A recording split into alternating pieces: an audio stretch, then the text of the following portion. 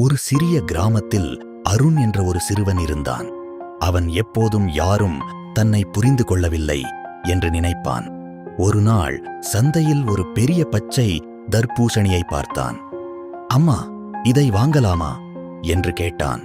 வீட்டுக்கு வந்து அதை வெட்டினார்கள். வெளியே சாதாரண பச்சை தோல், ஆனால் உள்ளே சிவப்பு நிற இனிப்பு. அம்மா மெதுவாக சொன்னார், மகனே, மனிதர்களும் இதே மாதிரிதான். வெளியே எப்படி இருந்தாலும் உள்ளே நல்ல மனசு இருந்தால் அதுதான் உண்மையான அழகு. அடுத்த நாள் பள்ளியில் ஒரு புதிய மாணவன் தனியாக நின்றான். அருண் அவனை பார்த்தான். இந்த முறை வெளியே இல்லை, உள்ளத்தை பார்த்தான். அவன் கையை நீட்டினான். ஒரு புதிய நட்பு மலர்ந்தது.